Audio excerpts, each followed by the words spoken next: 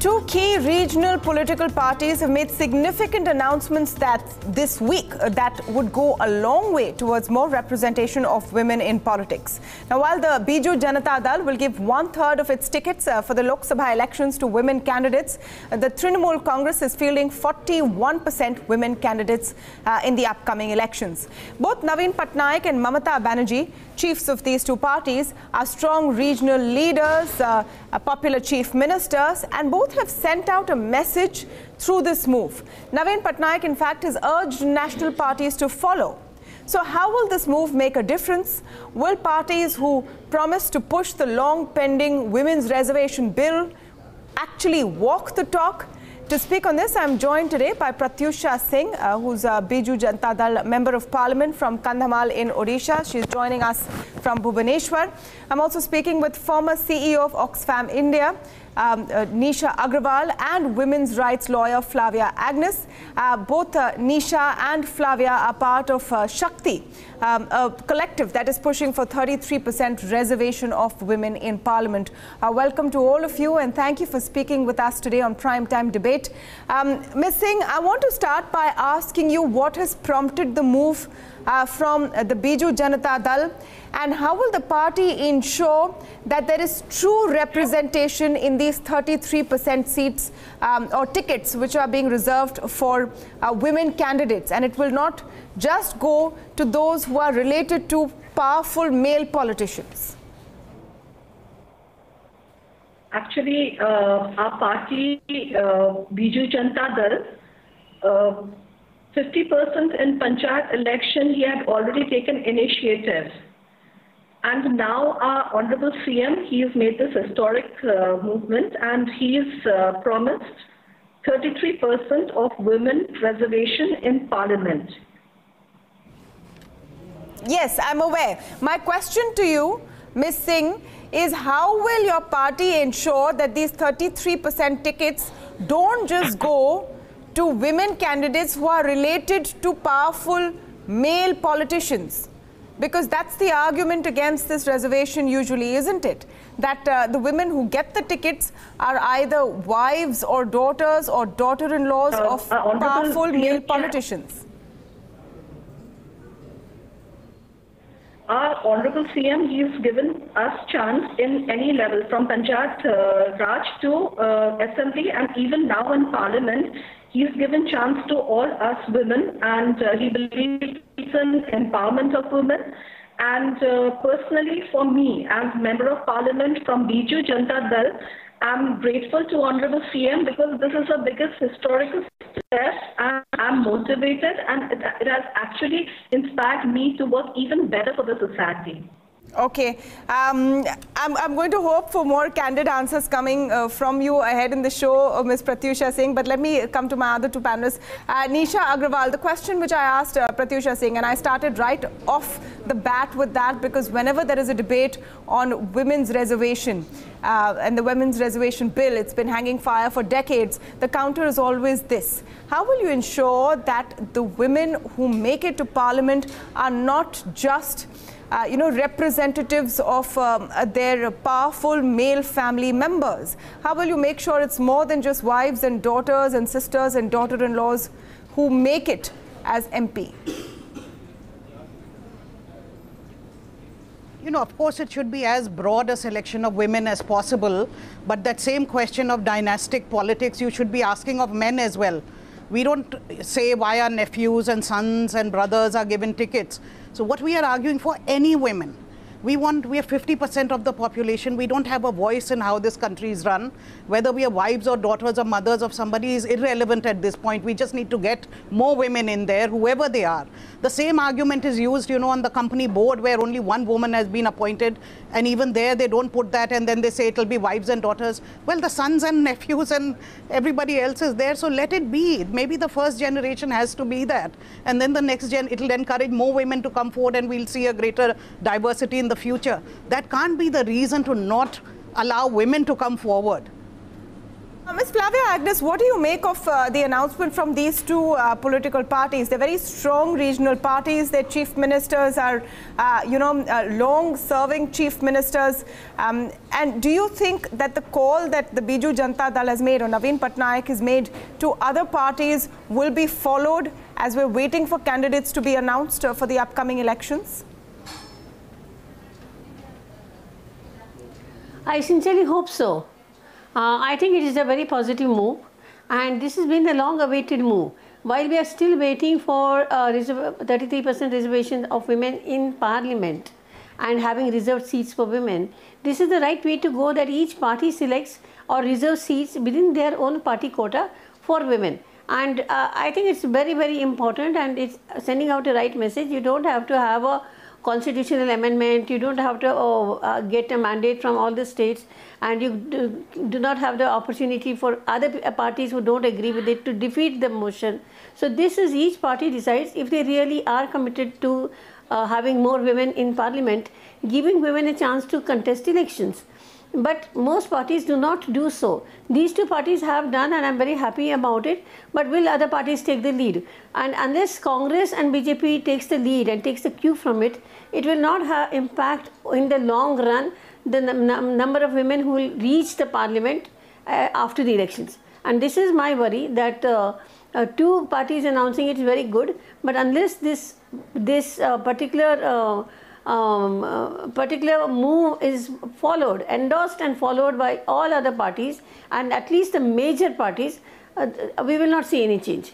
That is the most issue that concerns us most, because BJP blames the Congress and the Congress blames the BJP, but none of them are ready to follow this at their own level, and this is causing a lot of disturbance for women all over the country. Okay, so then the next logical question is, what difference do you think it will make? Tell us more about this movement which both Flavia and Nisha Agarwal are part of, Ms. Agnes and Nisha Agarwal.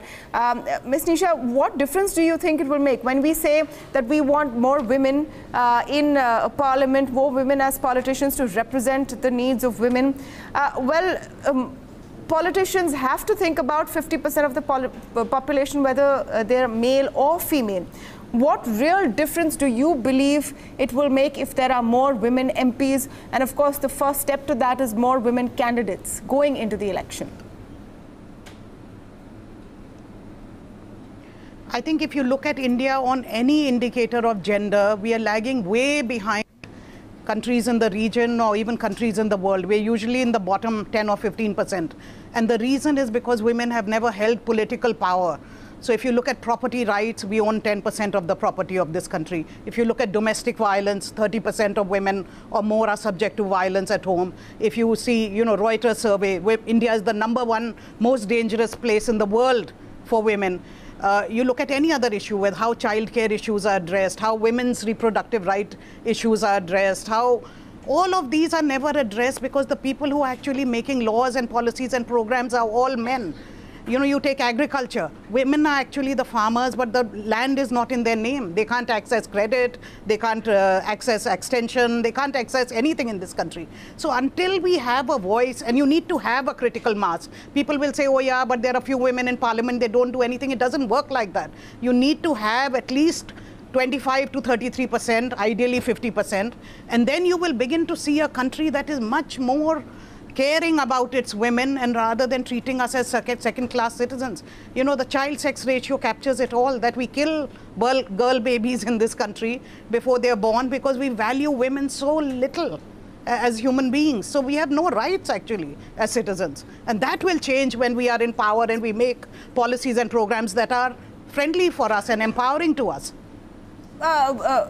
Ms. Pratyusha Singh, can you share for us the struggles and the difficulties that a female politician faces? महिला नेताओं को क्या दिक्कतें आती हैं? क्या आप हमें बता सकते हैं कि किस तरह का एक्सपीरियंस रहता है? I'm lucky that I belong to the state of Odisha, where a lot of respect is given to women. So my political journey in Odisha, I got enough respect from all the people, and I was in fact encouraged to work even hard and here we are addressed as Ma. So that itself, it proves that we are all the time working hard for them, and it's our responsibility towards the society even to work harder. Yes, but Pratyusha ma'am, if you don't mind, and I'm not trying to be personal, but about you, you were known in your constituency as Rani Ma Nayagarh. Your husband was the Member of Parliament from Kandhamal. You, of course, won the by-election after that. And I'm not holding that against you. One would look at you as a successful MP and say that, hey, there was a lot of support there. What about women who have no such background, not the resources or any kind of political backing?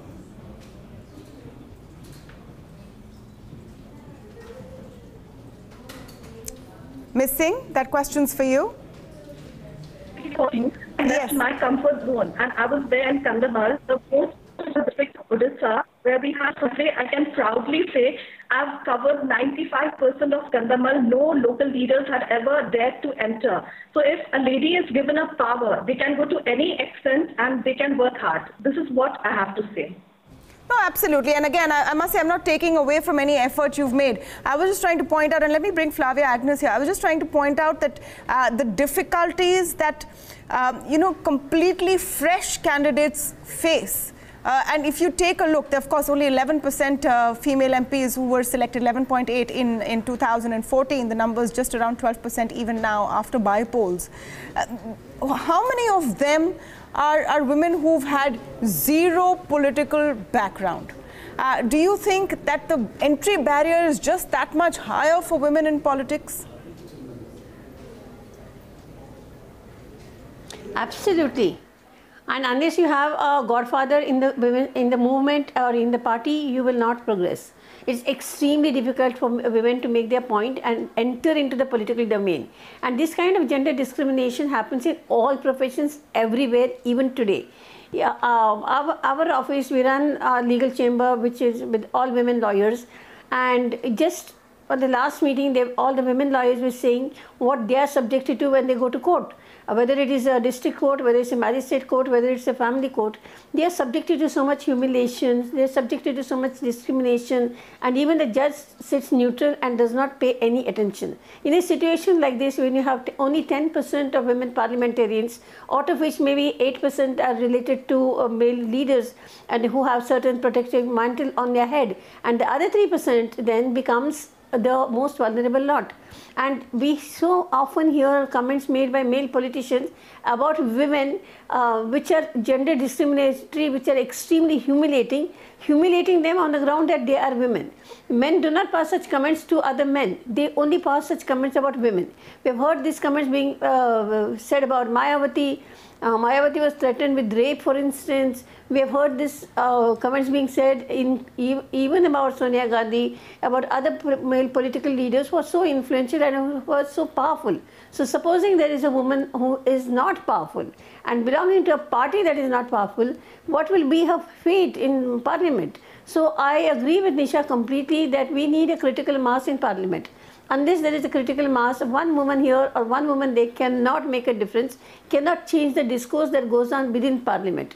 And we hope that if there are like 30%, 40%, 50% women, I think the parliamentary discourse will be a little more civilized. The way the debates are carried on today in a totally uncivilized manner, using such vulgar and abusive language, and we hope that with women's entry there, at least we will have much more cleaner politics and much more civilized way of even disagreeing with each other. And this, I think, will be a major difference. And secondly is what other issues concerning women, whether women politicians will take up these issues, whether they will have adequate laws to protect women. We have, our violence rate is very high. We come into the global scale at the bottom, as Nisha has already pointed out. We have every possible kind of violence against women that's happening. 60 years, 70 years of policies and programs and laws have not changed the situation. So we need some very dynamic changes to happen in the coming parliament, and I hope that there will be much more women parliamentarians over there who are not feminist but at least are concerned for women. Ms. Pratyusha Singh, do you also hope that other parties follow the lead that the Biju Janata Dal and Trinamool Congress have taken? And again, let me come back to my basic question.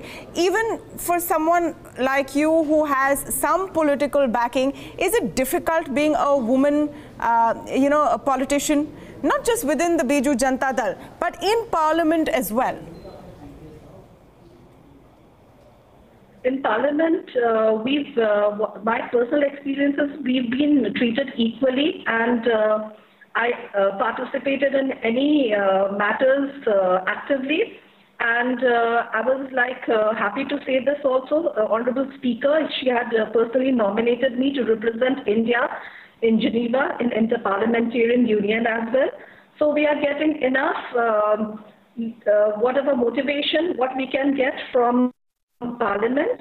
And our Honorable CM, we had demanded last Parliament session, we had demanded that we should have 33% women reservation in all the parties, and we have met all the presidents of political parties regarding this as well. Okay. Nisha Agarwal, let's just round up by saying that how you see this moving forward. And the fact is that there have been big strides made.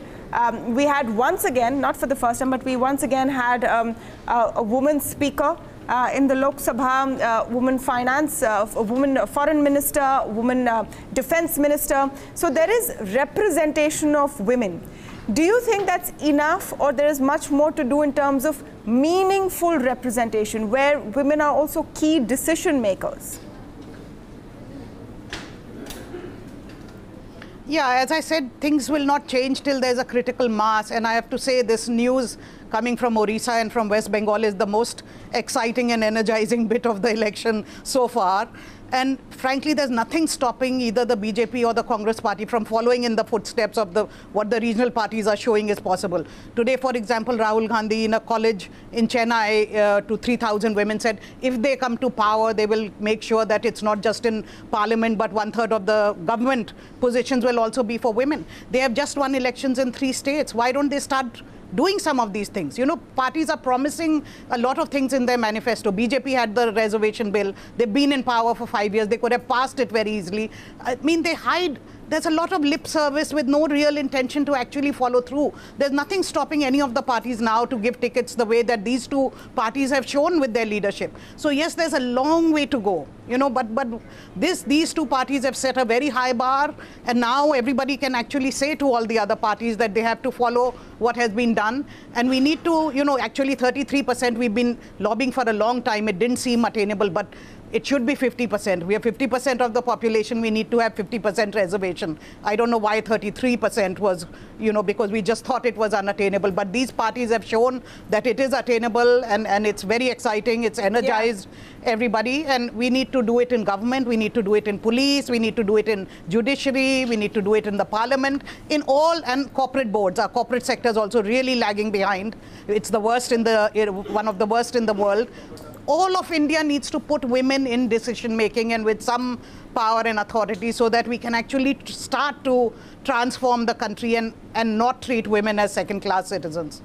Absolutely, a big move there from two major political parties to strong chief ministers. It's an open challenge to these mainstream national parties that have made this promise, but they now need to walk the talk. Rahul Gandhi was quoted saying today that I think women are generally smarter than men.